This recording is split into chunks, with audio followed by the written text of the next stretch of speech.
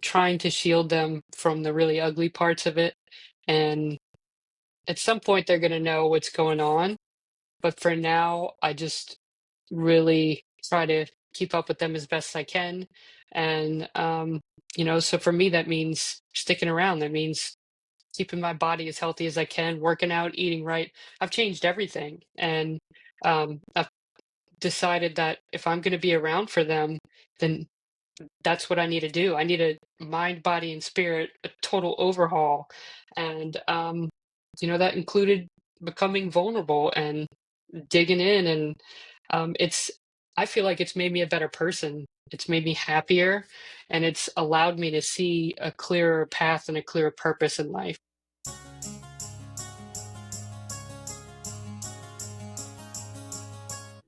Hi, everyone. I'm your host, Dr. Shafer on Talks with Dr. Shafer. I'm so glad you're here. I'm a physician, mom, life coach, musician, author, publisher, and I'm passionate about helping you reclaim your story so that you can build your most beautiful future. On the show, we like to have inspiring guests sharing their stories of how they have reclaimed their own story and how they're building their most beautiful future.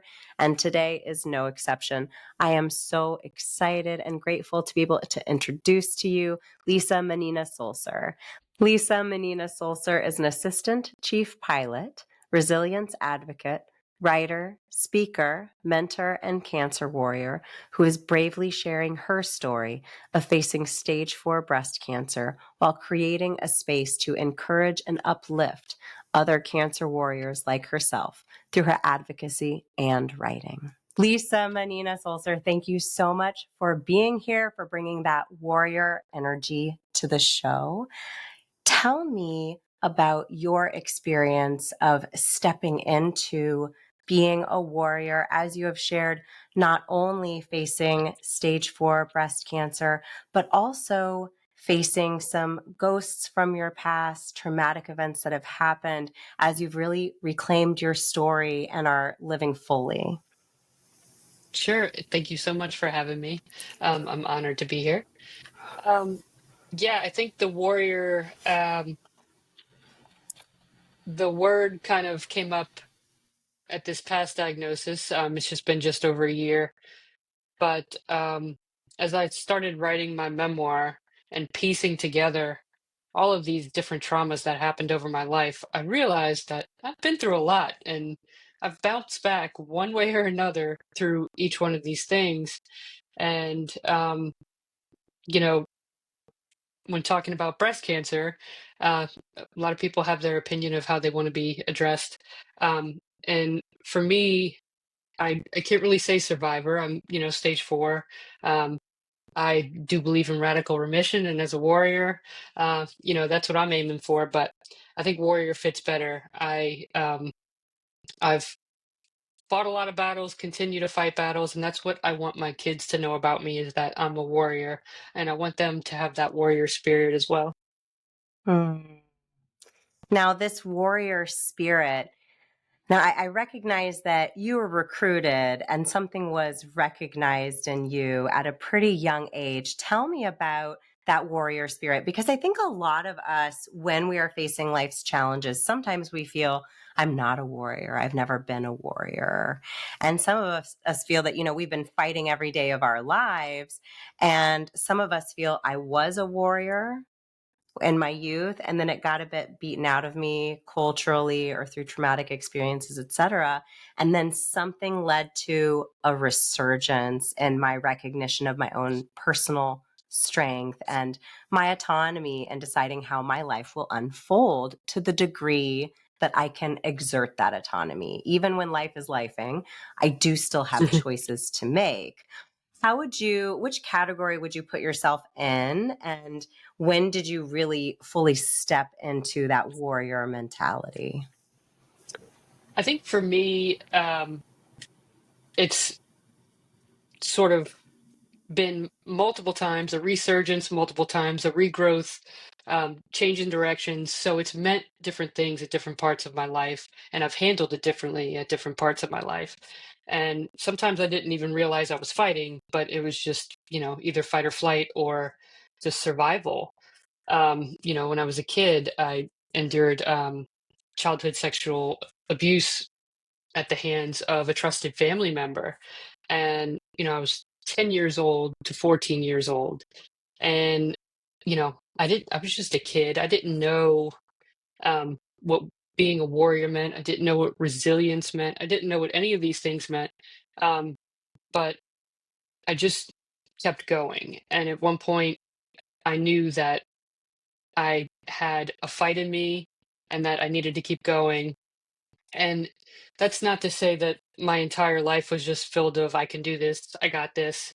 Absolutely not. There were plenty of times where I felt like just, I hit rock bottom and didn't know how to pull myself out of it, including this past diagnosis. Um, but somehow, some way, there gets to a point where I say, this is enough. I need to change this. I am the only one that can pick myself up in the end. No matter how many people are around me supporting me, it's me that has to do it. And sure, that support helps, but ultimately, it was me taking a look and saying, what do I need to do to get through this? And it just meant something different at different times in my life. That's such a beautiful point that you made, because I think we can have these expectations of ourselves that we're strong every moment. And didn't I learn that lesson? And, here I am down at the bottom again. I thought I'd already climbed this mountain. But it's not that you're never going to be at the bottom again. It's that now you've got the tools to get out of that valley, or out of that base of the canyon, depending upon what it is that you're facing. Yes, absolutely. And I think writing my book has been very therapeutic for me. It's been very healing, and it's allowed me to explore a lot of things that I hadn't in the past. I think a lot of my past traumas I just shoved down and hoped they would go away, which obviously they don't. And, I always say with the first diagnosis in 2020, it was stage one. And as a pilot, all I wanted to do was get back to flying. That's what my focus was on. I had a new baby, I had to support my family. And so I didn't bother to take a look any further than what do I need to do to get back to flying, and got the treatment and did what I had to do. And fast forward 4 years later, stage four, it really shook me. And, it did knock me down at first. And that warrior spirit was nowhere to be found when I heard those words. Um, but after a while, same thing, I just kind of said, enough of this, enough crying. There's got to be something that I can do for myself. I'm not at the mercy of this disease. I'm not at the mercy of anything. I am steering this ship. So let me stand up and steer it. Now, where do we need to go? But Hmm. I think that the warrior spirit in that kind of came from putting all these different things together and realizing that there was a lot of healing that needed to be done that I had shoved down. Now I needed to bring it back up and face it. And that was a different type of warrior.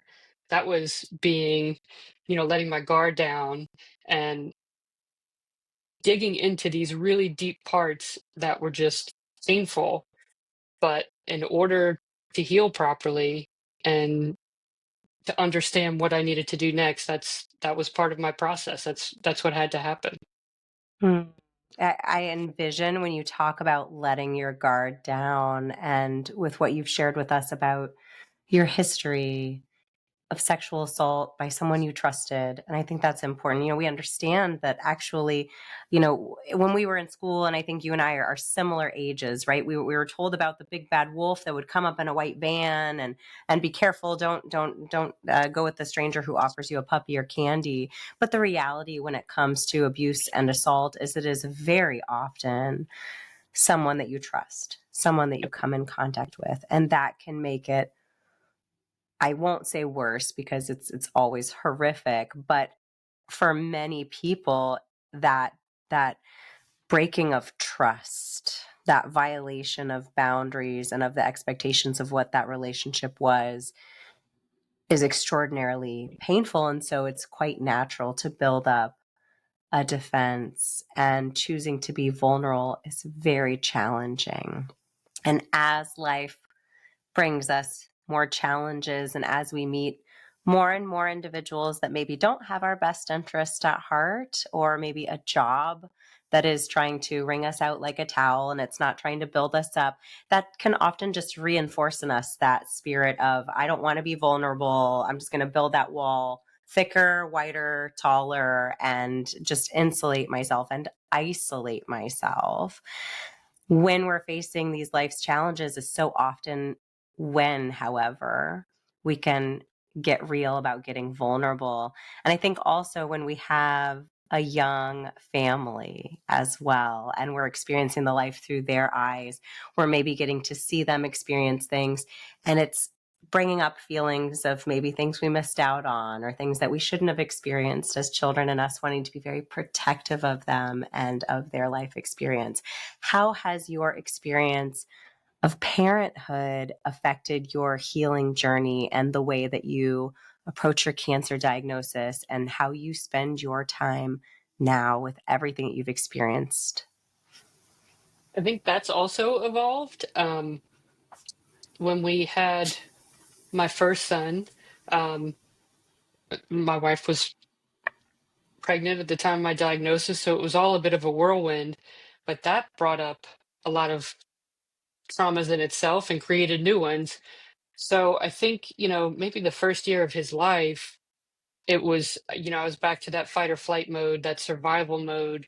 And I feel like mentally I missed out on a lot just because I was always somewhere else. And, either trying to look too far into the future or the past kept coming in. Um, but I think now, um, I'm more aware of myself. I'm more aware of my traumas and what it's done to me. And the more I peel back all these layers, I can see how I'm reacting in certain instances. And I'm not always, I'm not perfect yet. It's still a work in progress on how I deal with things. But even kids can be triggers sometimes. Um, Yeah. but I absolutely adore them, and I'm trying to find a balance of how to protect them from, the big bad wolves and also people that they trust. It's the lessons that I didn't get as a kid, but also I'm trying to give them a lot of the things that I didn't have, and that love and support. And not to say, my mom wasn't loving and supporting, she absolutely was. But I just want their childhood to be magical. My childhood got taken away at such a young age that I just want for them to be able to just be kids. And, this whole cancer diagnosis twice now, I'm trying to shield them from the really ugly parts of it. And at some point, they're going to know what's going on. But for now, I just really try to keep up with them as best I can. And, so for me, that means sticking around. That means keeping my body as healthy as I can, working out, eating right. I've changed everything. And I've decided that if I'm going to be around for them, then that's what I need to do. I need a mind, body, and spirit, a total overhaul. And, that included becoming vulnerable and digging in. And I feel like it's made me a better person. It's made me happier, and it's allowed me to see a clearer path and a clearer purpose in life. And I'm now able to bring all of that together. Um, and it's because of some of these past experiences that's allowed me to do that. Yep. I love that you have opened up this opportunity for us to discuss your memoir, because it's so exciting and so vulnerable and brave and generous to spend the time to write this down, not only for your children and your wife, but also for others who are going through the same thing, or maybe aren't going now, but all of a sudden that's a new chapter of their life, and they'll benefit from having someone walk beside them on that path. And literature, podcast, movies, music are such beautiful ways that we can walk beside one another through the gift of storytelling. Tell me when you decided that you wanted to write your memoir and how that transpired and potentially even changed over time with regards to what you wanted to share, what your focus was, and how you wanted that to be delivered out into the world. Yeah, I've been saying for years that I wanted to write a book, and um, it started off that I wanted to talk about the childhood sexual assault, and I wanted to help people with that. But I wasn't ready to face it yet. I wasn't ready to uncover all those details and dig into it. And I think the universe wasn't ready for me to write that book. I think there was Mm. still more that I needed to experience, that needed to go into it. There's a lot of stories in there, and I feel like there's a little bit for everybody. Um, Between the childhood sexual assault, I overcame a lot of challenges, becoming a pilot, in a male-dominated field, and a little bit older than a lot of all of them were. I, didn't get into that until I was about 30. So most of, the pilots that I was learning with were, in their young 20s. And so I had a lot to, a lot to go up against to make some space for myself. But I think that the memoir now and all of the things that I've been through up until this point, it's really come together, and it's time. I feel in my heart that it's time to write it now. And getting grounded from flying, it gave me the time to do it. And I just didn't know how to start. I didn't know anything about writing a book, getting a book published. I still am learning. um, but I knew that it needed to get on paper, and I knew I have some valuable information in there and stuff to share. And so I just sat down one day and started writing, whether it was memories or just jotting down things that I wanted to be in the book. And from there, I would sit down, pick one topic, and just start writing it out, and either writing that story, or writing what advice I had on something. And one day, the beginning just popped into my head. It came to me, and the book has just been flowing since then. So I'm inching towards the end here. I hope by the end of the month I'll have the first rough draft done. That's so exciting. And so we can actually use this episode as a call for literary agents slash publishers, right? Yes. Yes, I love it. I love it. So Lisa Mannina-Sulzer is looking for an extraordinary literary agent and publisher. So if anyone is listening who would love to share the story of an incredible warrior and just human being with the world, please, please contact Lisa, because it's so wonderful. Anything we can do to share these heartfelt stories. I myself, I'm a big fan. I was actually talking to my husband about this just an hour ago. At this point in my life, I don't necessarily want to be entertained with stories. I want to be informed. I want to feel a genuine connection with someone, with their experience. I want to learn something new, but I also really enjoy when, even if someone's life looks completely different from mine, being able to have that moment where you're having this shared experience together. So I'm really excited about your book. I can't wait to read it when it is published. And again, if anyone's listening that knows an excellent literary agent and publisher, please let us know, reach out. We would love to be connectors in this beautiful project that's ongoing. And Lisa, I wanted to really hone in on something you said about making space for yourself in a male dominated field. And it really brought me back to how you've been framing things throughout our conversation. And it sounds like another thing that has evolved over time is how you make space for yourself. Can you talk a little bit about what changes internally you underwent that allowed you to make space for yourself in a world that, as we get older, we recognize, there's not a parking space saved for us. We have to carve it out for ourselves. And it's dynamic and it shifts and it changes. And frankly, we don't want to stay in one space forever anyways, right? So what are the changes in your mindset and your lifestyle that really were a part of you building this perspective of, I get to take up space? I think that's been a long time coming, and I've sort of been doing that since I was young. Um, I realized in high school that I was gay and actually was going to a Catholic high school, and I got kicked out my senior year for it. And it sort of destroyed me in a way. But I had to find myself and I had to make space for myself after that. And I had to find my place where I was welcome, the real me. And I think that also took time. I think for a long time, I tried to mold myself into what other people wanted me to be, or just completely fell apart because I felt like I wasn't good enough and I wasn't anything that anybody wanted me to be.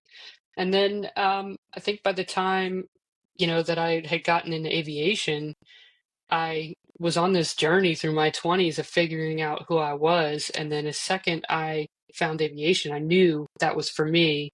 And it didn't matter who didn't want me there. I knew I belonged there. I knew I had a passion for it. And I just had to put my head down and get to work.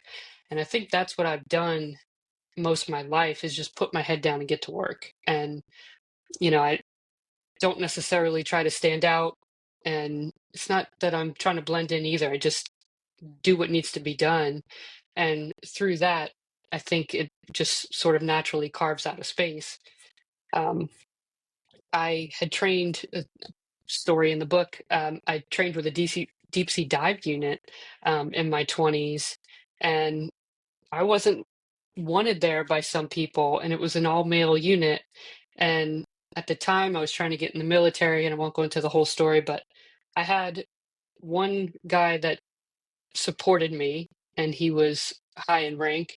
And that's all it really took. It was that one person saying, "You can do this, and I'm behind you."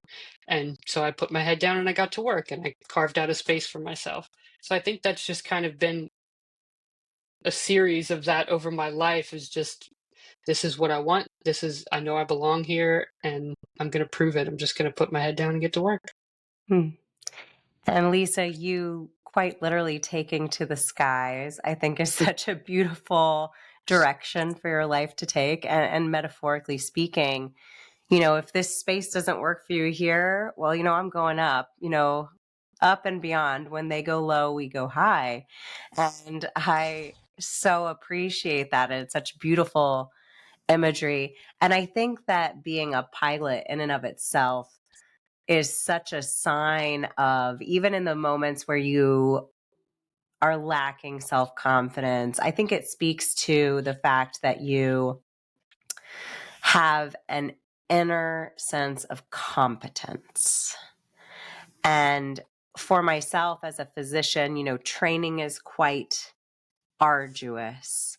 And also being a female, now medicine's, eventually it's not going to be a male dominated field.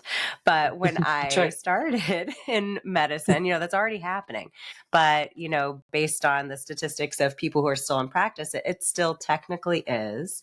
And when I started, it most certainly was. And you definitely got the feeling in many situations that you were taking space of someone else, right? You're taking up someone else's space. At the end of the day, though, the thing that I was able to lean on when I didn't feel confident, because often at that point in my life, I didn't feel confident. The thing that I could lean on was, like you said, put your head down, put in the work, be competent. And at the end of the day, no one could outperform me, right? When you're the sole physician in a hospital, it's kind of like flying an airplane. You are in charge of that. You have a lot of resources and support, but at the end of the day, the buck stops with you and you're trying to keep this airplane in the sky. And so you need to know, even when you don't feel confident, that you are competent. So I love hearing how you discuss this, because it sounds to me like you too had this experience of not always feeling confident, but always really trusting your competence. Absolutely. I I've always been a perfectionist and very hard on myself, and that probably partly comes from all the trauma, but also, in a male-dominated field, you don't have to be as good as them. You have to be better. And sometimes that still, gets uh, scrutinized. But I knew that if I was going to do this, even for myself, forget them, I wanted to be the best that I could possibly be. And to me, that meant just knowing my stuff. And so, yeah, I've been a perfectionist, and to the point where, I've I've set myself in a tailspin, just, stressing myself out. And I've done well because of that, because I've put my head down and just put the work in. Yeah, I love that. I think that's great advice for young people to try to. It's really hard, especially when you're young, because when we're young, we're actually biologically programmed to care what our peers think, right? Because it's our village and we want to fit into our Yeah. village. And that's so challenging because our village, maybe we don't fit in there and we have to go where we can grow, not stay where we're stifled. But at the end of the day, it's so important that we believe in our competence, that we can, or if there's something we don't know, we can learn it. And it's a message for young people, and I think especially for young women in the culture that we live in. It's okay to say you're good at something, or it's okay to say, you know what, I don't know that, but I know I can learn it. And I know I'm hardworking and that I have the skills to learn any task that comes my way. Or if I don't have a skill, I have the skill to network and use my community and my resources, which is something that women are fantastic at doing in Yep. general. So I really appreciate you bringing that up, because anyone who's listening, who I think most of us as women have had that experience where we feel shamed, whether internally or externally, for feeling confident or for feeling, I've got this, I can do this. Yep. Don't let anyone dim that, because that will keep you safe and successful. So lean into that feeling of no matter what happens, I'm going to get through this. Yeah, absolutely. 100%. I started mentoring other girls that were getting into aviation, when I didn't know everything, but I had the competency, and I knew more than them. And if I could just be that sort of lighthouse for them to follow, um, as I'm learning, I can share what I'm learning and pass it down, and hopefully they do the same thing. But I started mentoring as soon as I felt like I knew something that I could share, and I've been doing it since, and that's been huge for me. I I've always wanted to help, and whatever position I'm in, use that to help others. And I've risen through the ranks and become assistant chief pilot, and I've been able to do that for 100 plus pilots. And I've been a part of other organizations, Women in Aviation and the 99s, women aviation organizations, and I've been able to mentor others and have these conversations with women, some of my own pilots, um, of how to navigate being a strong woman, because it's hard. And strong men is nobody blinks an eye, but a strong woman, you get labels. And so it's difficult to kind of figure out your place, especially in a male dominated field, of when you're a captain, when you're a pilot, and you need to have authority, and you're trying to figure out where that line is. It's hard. So I've had a lot of those conversations. Hmm. That's so beautiful that you donate your time to that, because mentorship is so incredibly important. If we can't see ourselves in others, it really maybe won't prevent every single person from reaching their potential, but certainly is going to slow that growth. And there may be people who end up not pursuing STEM fields, for example, because They don't see themselves there. So I am so grateful that you have spent so much time and effort and not only putting in the work, keeping your head down, but also lifting your eyes up, looking around you and saying, hey, come along with me because the view's really great from up here. And I want more women to experience this, minus the shame, minus all of those uncomfortable experiences. Life's going to be uncomfortable. We all know that. But there's a degree of extra friction that often comes with being a woman in a male dominated field that just doesn't have to be there because we're burning energy on that friction and we don't need that. So the more we can work towards getting away from that, the better. Now you have a really exciting collaboration coming up. You've been working as an author and writing on your website and reaching out to talk about being a cancer warrior as well as a trauma survivor and trauma warrior. Tell us about what you have coming up this fall, what you can share, because I know some of it may still be confidential. Yeah, so I am on Susan G. Komen's Metastatic Breast Cancer Steering Committee, and we our job is to try to um, get the message out.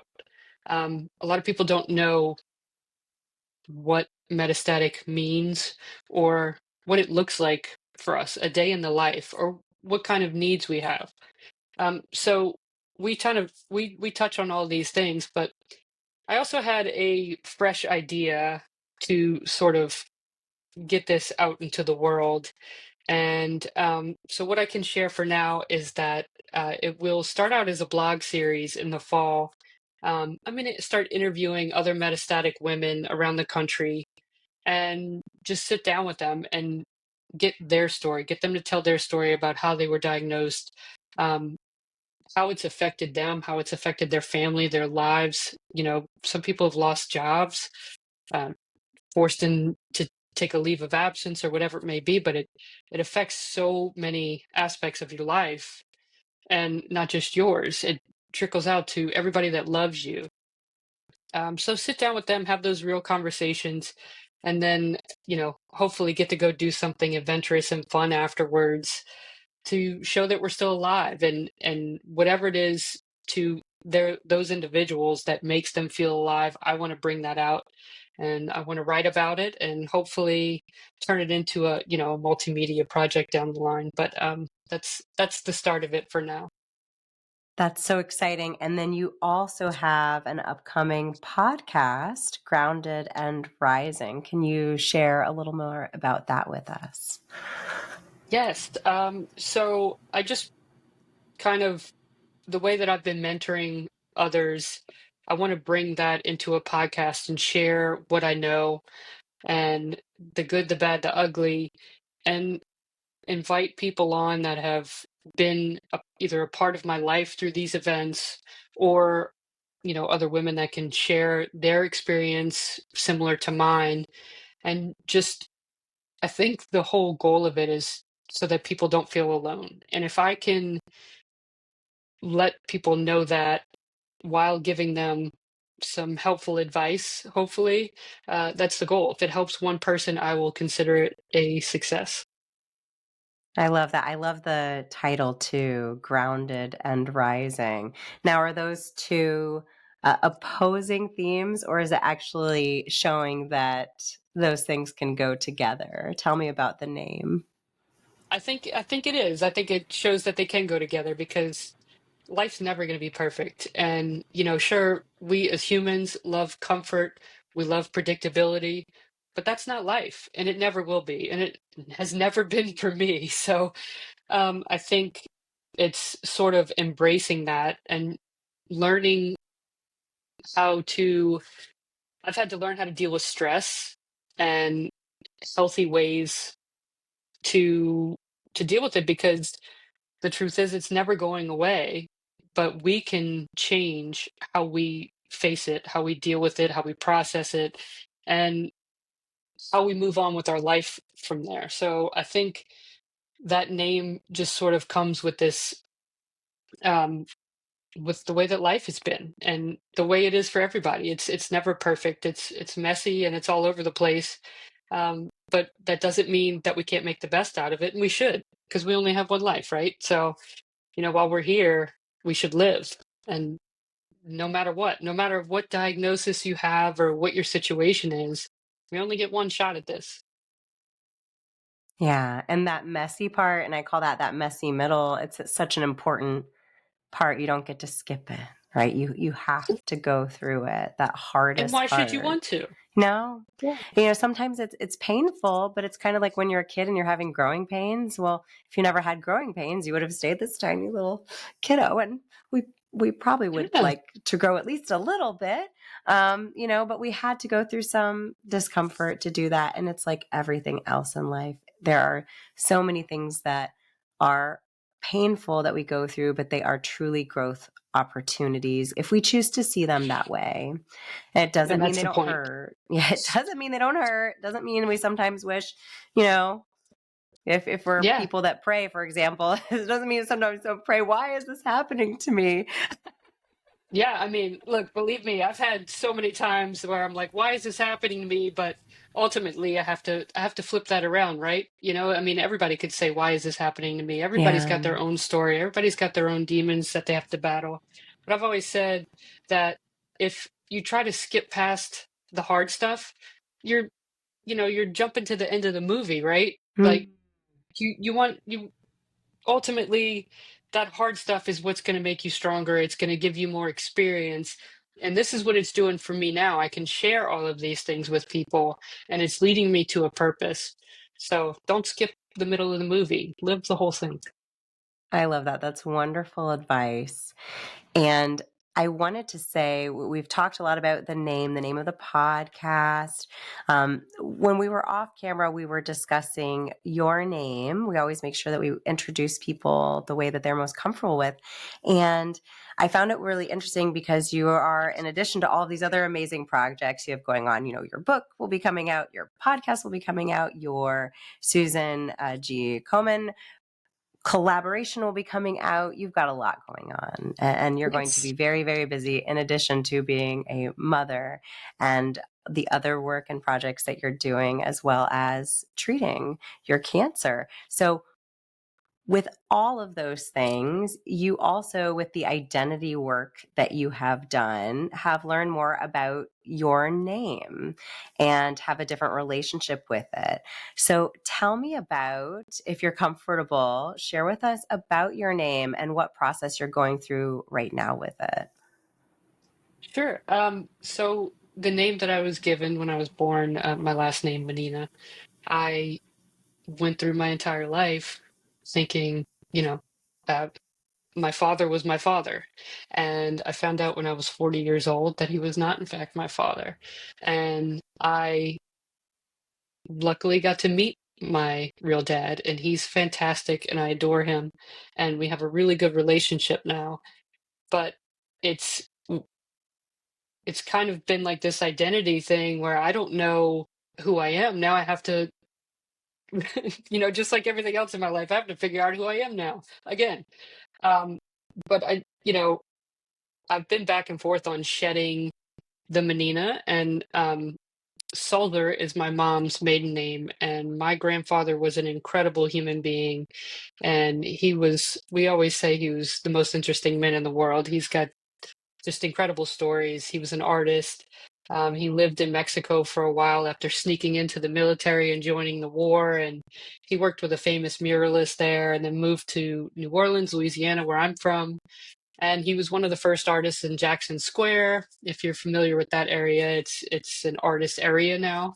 Um, so he was kind of a trailblazer in many ways. But anyway, the name means a lot to me, and I think part of my warrior spirit comes from the things that he's accomplished in life.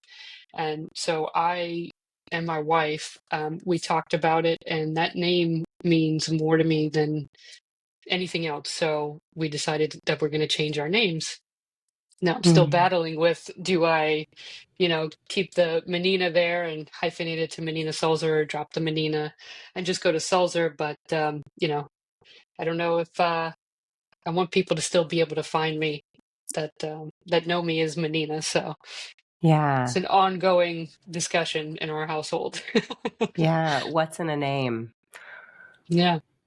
Yeah, it's intriguing. And so for me, Stedron is my married name. And you really made me think about this because my husband is in the process of taking my middle name, which is my mother's maiden name. So it's a family name, and making it his middle name because he thinks it's really important that we're not just the Stedrons in Czech, which he's from Czechia, but that we're the Zunt Stedron family. And I think there's something really beautiful when, as with the person that you're coupled with, when you go on those journeys together and you share in that way and you honor each other's their family and history. So I think there's so much beauty in that. And I also think there's so much beauty in being able to say, what is the connection I have with this name, and getting really vulnerable and open about that and making a decision for yourself because it's your name or it can affect your children, right? So I think it's such an interesting journey that you're on, and I wish you the best with that. And I will be very interested to know what you choose and how you embody that, because I do think it's such a unique process, and so many people will change their names in their lives or maybe get married and change their name and regret that. So I think there's something so a unique relationship we have with this thing that is an external indicator of who we are, but we internalize it. Yeah, definitely. And I think that was one of the things that really started the conversation when I first found out. I was like, I don't want to change my name. I've been, 40 years I've had this name. Everybody that knows me by this name. And in fact, in high school, people called me by my last name. So, it'd be really confusing for a lot of people. But the more I thought about it, um, I thought about my kids, and they don't have any connection to that name, but they have a connection to my grandfather's name. And we have his art all over my house, and we still share his stories all the time, and he still lives on in so many ways. So to me, I want them to know that side of them, and I wanted them to have the name attached to that. And so the more we thought about it, and I thought about the process of changing everything and how awful it was. But ultimately I think it was more important that and my wife was completely on board with this, and she's amazing. She's been 100% supportive, and kind of left it up to me and said, whatever you decide, I'm with you. And so after many discussions, we did decide to change it. So yeah, we'll just see how it shakes out in the end to the final decision on what it is. Yeah, we're going to find out when your book comes out. Like, it's going to That's be right. on there, and that'll be my indicator of what you chose. That'll be my final answer. Because after that, it's, once you publish your memoir, Yes, that's yes, it's got to stay. that's That's it. that's pretty It's set in important stone. marker of Yes, identity. yes. Oh, Lisa. Well, thank you so much for coming on the show. I'm so excited for everything that you have coming up for you. And I did want to share when you were talking about, your podcast and sharing these stories. And I love that you plan to interview your wife. And you also spoke about a brother who has, he's a physician. So he has ties not only to medicine, but also to your journey and has helped you along the way.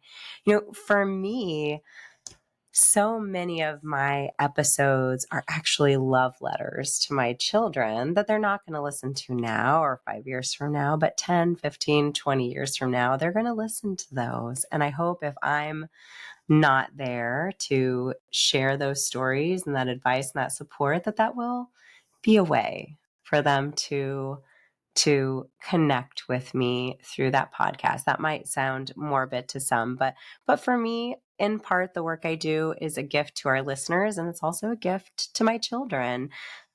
What do you want to encapsulate in your memoir and your storytelling and the work you're doing with the charity? what do you want to encapsulate as like kind of like that time capsule that we made in school, and the librarian lied to us and said they were going to bury it somewhere, and no, they just put it in a box somewhere, right? They brought it out. What do you want to encapsulate there for people to find and learn about who you are at this stage in your life? Because like we said, it's different than 10 years ago, Lisa. But what do you want to share about 2025, Lisa? Yeah, everything I do, like you said, is with my kids in mind. So every project, the memoir and podcast or anything else that I take on, I've written three children's books that have yet to get illustrated, but everything is about them and what, like you said, they're not interested in that now, but one day they're going to be. And I hope that it inspires them. I hope that it teaches them to be a good human. And even if you make mistakes, that you can't erase them, but you can do better. You can learn from them. We can only do as good as we know. We can't beat ourselves up for decisions that we made when we only had a small piece of the information or whatever it was. So we do our best with what we can, what we have at that time. And I think I want them to know that, but also anybody else. I think uh, that we're all just doing our best, and you never know what somebody else is going through. But if we can just start sharing our story, I said if everybody was a writer and if everybody just sat down and journaled every day, it'd probably be a lot nicer of a world. We'd probably be a lot more sympathetic towards others and not be so quick to judge. We don't know what others are going through. And I've kind of experienced this, stage 4 cancer. I don't always look like I have stage 4 cancer, but it's a lot of times it's, kind of a hidden disease. The things that I go through, the symptoms that I have aren't always outwardly present to other people. So be kind, you never know what anybody's going through. And we're all fighting our own battles. But I think I've made a lot of mistakes in my past, and I've had to learn to forgive myself for them. I think I've been my worst enemy. When I was trying to figure out who I was after the childhood sexual abuse and things like that, I fell in with wrong crowds and made bad decisions. And I say now that I feel very fortunate, very lucky that I didn't end up dead or in jail from the choices that I made. And I've got another shot at this, and I kind of feel like I have 9 lives. So this, I think this was messaging. This stage 4 diagnosis was sort of a message like, wake up and um, look at what you need to change. And um, it's allowed me to be a better person. And I think somebody else doesn't need to have as hard of a road to get hit in the head with a message. And I hope, me sharing my story will kind of allow that, somebody else and my kids will take some lessons from it and not have to go through some of the things that I went through to get there. Lisa, thank you so much for sharing that. That's so beautiful. And I'm absolutely certain that this will either sit beside someone, like we said earlier, on their journey when they're already in that messy middle and they're going through the thick of it, or help, it's a bit of a tale to help give some advice and some structure perhaps as we're looking out into our lives and we don't know where to go. I think leaning into your competence and developing that self-confidence and belief in yourself is such a great starting place, and not, like you said, falling into the wrong crowd or following the crowd and just getting further away from who you are and who you're meant to be. Lisa, where can people connect with you, follow along for updates about your book, your blog, the podcast, everything? I write on Substack regularly, so you can find me there. My most recent writings. Um, I have a website that's under construction. Hopefully, it'll be a little more functional in the coming days here. But I'm also on Instagram. I'm on Facebook, LinkedIn, all the normal channels, and just starting to dive into TikTok too. Oh yeah, the TikTok.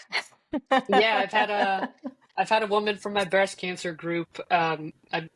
spoke a bit about my journey and the things that I've done to start healing myself. And she said, this would be really good for others to hear on TikTok. There's a big audience for you there that could really benefit from hearing this stuff. So I said, okay, I don't know much about it, sadly, but I'm learning and I'm figuring it out. And hopefully I can reach more people. I think that the more platforms you're on, the further your message can go. So that's beautiful that you are generous, because it's a lot of time and effort to do that, but it's wonderful that you're able to do that and put in that effort and to share your story. And I so appreciate you, Lisa Mannina-Sulzer, being here on Talks with Dr. Shafer to share your story with us. If anyone has questions or comments, please leave them in the show notes on YouTube and Spotify. And as always, we want to thank our special guest, Lisa Mannina-Sulzer, for sharing so vulnerably and beautifully her journey with us today. Thank you, Lisa. Thank you so much, Dr. Shafer. It's been great talking to you. I really Oh, appreciate the opportunity. it's been wonderful. And if you have questions for Lisa, leave them in the comments. We'd love to hear from you. And make sure you do go and follow her on her Substack. It has excellent writings there, and you can follow along the journey and make sure you don't miss when the book comes out and when her collaboration comes out, as well as the podcast. So many exciting things that will hopefully be very inspiring for listeners moving forward, as well as make sure to follow her and Talks with Dr. Shafer on Instagram, Facebook, LinkedIn, wherever you like to stay connected with people.